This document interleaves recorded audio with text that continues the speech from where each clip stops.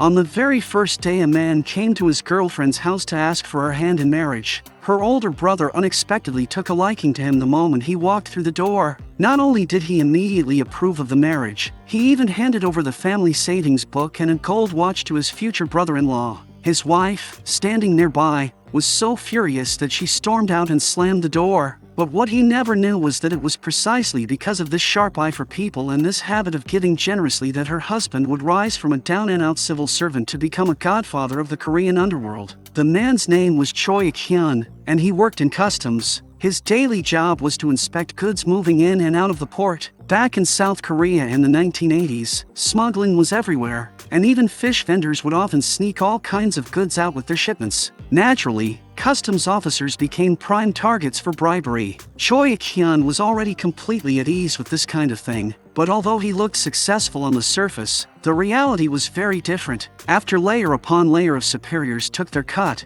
the money that actually made it into Choi Ik-hyun's hands was pitifully small. His family of 5 was still squeezed into a tiny apartment of just 30 square meters. On top of that, Choi Ik-hyun was a generous man who often spent money to keep up appearances, which only made life at home even harder. Then things got even worse. Because his bribery had become far too obvious, Choi Ik-hyun's entire department was anonymously reported. To find someone to take the fall, the section chief proposed that the person with the fewest children should be the one to leave. It was obvious that Choi Ik-hyun was being set up to carry the blame, because he had only 3 children. Looking at the selfish co-workers in front of him, Choi Ik-hyun had no choice but to swallow his anger. But on the night before he was forced to leave, an unexpected incident completely changed his life. While on patrol, Choi Ik-hyun accidentally ran into 2 men in the middle of a theft. He immediately rushed forward to stop them, and the 3 of them instantly got into a violent struggle. His co-workers soon came running after hearing the commotion,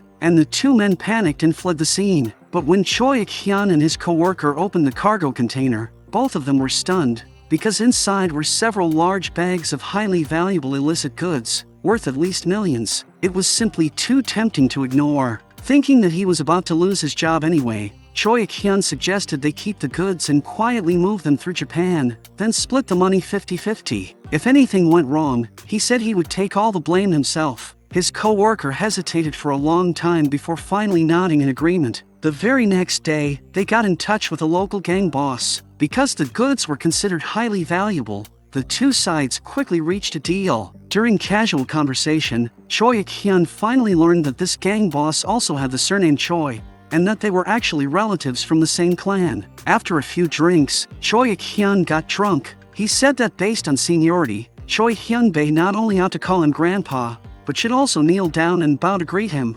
The next second, Choi Ik-hyun was dragged outside, and the underling Chung-woo slapped him across the face again and again. Choi Ik-hyun had wanted to be treated like the elder of the family, but in an instant he got beaten down like a helpless junior. However, what Choi Hyun-bae never expected was that when he returned home the next day, Choi Ik-hyun was already sitting in his house as if he belonged there. It turned out that Choi Ik-hyun had helped Choi Hyun-bae's father more than once in the past, and judging by the family registry, he really was from the same senior generation as Choi Hyun-bae's uncle. Seeing even his own father bow respectfully, Choi Hyun-bae had no choice but to kneel before Choi Ik-hyun, formally greet him, and helplessly call him uncle. A month later, their cooperation was completed smoothly. To express his apology for what happened earlier, Choi Hyun-bae took the initiative to invite Choi Ik-hyun out for drinks. But just as Choi Ik-hyun was about to go to the restroom, he happened to run into his former section chief. The moment he thought about how he had been framed and fired, Choi Ik-hyun's anger came rushing back. He seized the chance to expose all of the section chief's dirty secrets in public, which infuriated the man so much that he stepped forward and slapped him, and the 2 instantly started fighting. At that moment, Chung-woo grabbed the section chief by the hair and smashed him to the ground with a brutal headbutt. Choi Ik-hyun immediately got back up and started kicking the section chief over and over, then ripped off his jacket and slammed it to the ground, instantly shocking everyone in the room into silence. After this incident, Choi Ik-hyun officially joined Choi Hyun-bae's gang. Using his brains and his personal connections, he helped Choi Hyun-bae successfully open up multiple business channels. For a while, the 2 of them made huge amounts of money, and Choi Ik-hyun finally moved his family out of their old cramped home and into a luxurious mansion. With the status of being Choi Hyun-bae's elder, he quickly became the number 2 figure in the gang, and Choi Ik-hyun finally got to enjoy the thrill of living like a true boss. One day, he ran into an old classmate at a bathhouse. The old classmate was shocked to see him, because this was a high-end place that ordinary people could hardly afford. When he saw the younger men come over and bow respectfully, he finally realized that Choi Ik-hyun had already become a gang leader, so he happened to have a favor to ask Choi Ik-hyun. It turned out that this old classmate ran a nightclub. The place was packed with people every single day and lively beyond belief, but somehow it still never made any money. Whenever the books were checked at the end of the month, not only was the club losing money again and again, sometimes he even had to pay out of his own pocket to cover the losses. Anyone with a sharp eye could tell that something shady was going on. After investigating, the old classmate discovered that it was his business partner, Miss Yeo, who had been pulling tricks behind the scenes. Miss Yeo pretended to hire a gang boss named Panho to protect the club, but in reality the two of them were working together and secretly swallowing all the profits. Because of this, the old classmate hoped that Choi Ik-hyun could drive Panho out and take his place, and in return he was willing to offer part of the club's shares. The moment Choi Ik-hyun heard that, he was immediately tempted, and he accepted on the spot. But after hearing about it, Choi Hyun-bae found himself in a difficult position, because even though they were gangsters, the underworld had its own rules, and if you were going to make a move, you needed a proper reason. Although Panho was not as powerful as Choi Hyun-bae, they still could not just smash up his territory for no reason. The moment he heard that, Choi Ik-hyun immediately began scheming and looking for a crooked way around it. Very soon, he came up with a plan. Early the next morning, he set out with his future brother-in-law. Never had anyone seen a man so outrageously arrogant. During the negotiation, he spat right in the woman's face. Miss Yeo was so furious that she grabbed the glass on the table and hurled it at him. Panho's men immediately joined in as well, and in an instant they beat Choi Ik-hyun and his brother-in-law Ma until both of them looked completely battered. Then the two of them were dragged out by the hair and thrown outside, fleeing in embarrassment as everyone laughed at them. But all of this was actually part of Choi Ik-hyun's trap.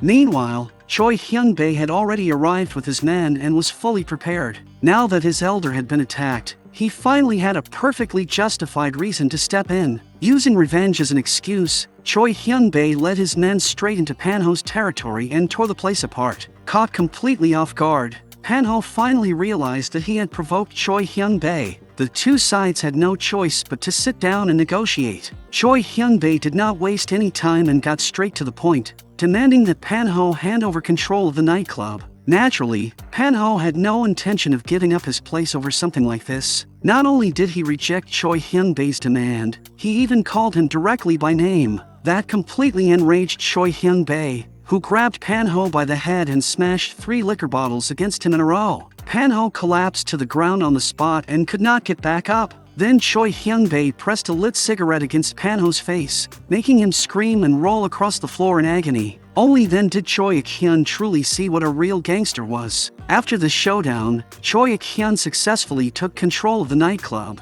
and his brother-in-law Ma became the club's manager. But the good times did not last long, because Panho and Miss Yeo were not willing to swallow such a loss. They colluded with the police and had Choi Hyun-bae and the others all arrested. But the moment everyone was brought into the police station, Choi Ik-hyun started loudly arguing with the officers handling the case. He claimed that he was close friends with the station chief, and that the two of them had just been bathing and dining together the day before. Seeing how confidently he acted, the young officer had no idea whether it was true or not, so he quickly bowed and apologized first just to be safe. Sure enough, with just one phone call, Choi Ik-hyun was released. But Choi Hyun-bae's situation was much more difficult, because Panho's injuries were too serious and he had been hospitalized for more than 3 months. This was no longer something a small station chief could smooth over. But Choi Ik-hyun told Choi Hyun-bae not to worry, and assured him that he would find a way to bring him out safely. After returning home, Choi Ik-hyun immediately began working his connections. He dug out the old Choi family genealogy, then followed the names on it and started tracking down relatives everywhere. At last, he found the uncle of a prosecutor, and through that connection successfully got close to the prosecutor himself. Sure enough, rank and power made all the difference. With just one phone call, the prosecutor forced the police chief to personally release the man.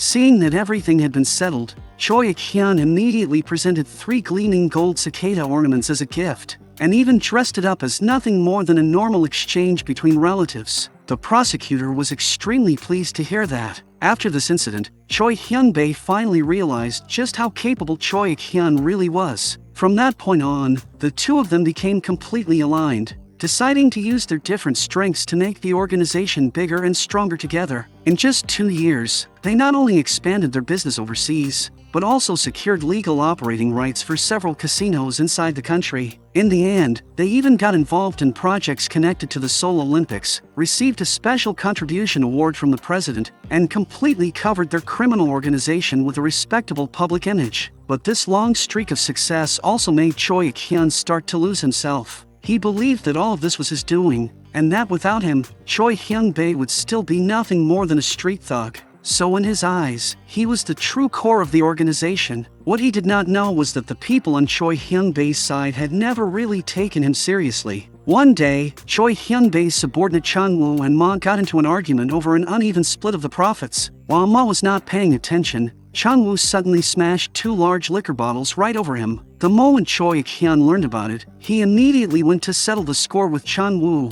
beating him fiercely in front of everyone, and in the end he even pulled out a handgun. Seeing that, Chang-woo had no choice but to fight back. Just as the two sides were locked in a tense standoff, Choi Hyun-bae walked in with his men. Without saying a word, he grabbed a microphone and hurled it straight at Chang-woo, instantly leaving him bleeding from the head. Then Choi Hyun-bae took the gun from Choi Ik-hyun's hand and said to him with a blank expression, 대부님, 앞으로 저희 식구들 혼낼 일 있으면 직접 하지 마시고 저한테 얘기하시오. He said it was a friendly reminder, but it sounded far more like a warning that Choi Ik-hyun should stop reaching too far. From that moment on, suspicion began to grow between the two men. Not long after that, they opened another hotel, but this hotel was built on Pan-ho's turf, and Pan-ho made it clear that he would not let the matter go. So Choi Hyun-bae arranged for a large number of his men to stay inside the hotel every day. Choi Ik-hyun could not stand the sight of it, because the hotel was supposed to do open business, and if this kept going, all the customers would be scared away. But without a direct order from Choi Hyun-bae, the men would not listen to Choi Ik-hyun at all. Left with no other option, Choi Ik-hyun went to find Choi Hyun-bae. He said that if they were worried Pan-ho might cause trouble, they could sit down and talk it out, because constant fighting would do neither side any good. But Choi Hyun-bae believed that gangsters were still gangsters, and when it was time to make a move, they had to act, because not every problem could be solved with words alone. The remark was clearly aimed at mocking Choi Ik-hyun. The two men had developed a huge difference in the way they wanted to run things. In a fit of anger, Choi Hyun-bae smashed the mirror beside him to pieces, but for the long-term future of the organization, Choi Ik-hyun still went behind Choi Hyun-bae's back to negotiate with Pan-ho. Pan-ho immediately realized that this was not Choi Hyun-bae's intention, so instead of responding directly to Choi Ik-hyun's proposal, he circled around the point, showered Choi Ik-hyun with praise, and hoped to bring him over to his side so they could work together for mutual gain. As for Pan-ho's invitation, Choi Ik-hyun answered vaguely, neither rejecting it nor agreeing to it. However, this meeting between the two of them was witnessed from start to finish by one of Choi Hyun-bae's men nearby, and by an unfortunate coincidence, that very same night, when Choi Hyun-bae was walking alone on the street, Pan-ho sent men to ambush him, nearly leaving him fatally wounded. When Choi Ik-hyun rushed to the hospital in panic, he was surprised to find that Choi Hyun-bae's attitude was unusually cold, because he had already begun to suspect that Choi Ik-hyun was connected to what had happened. As soon as Choi Ik-hyun left, Choi Hyun-bae ordered Chang-woo to take action. If someone is standing there with a knife asking where your boss is, that is definitely not the best answer you could give. 너도 뭐 어딨노? 족발.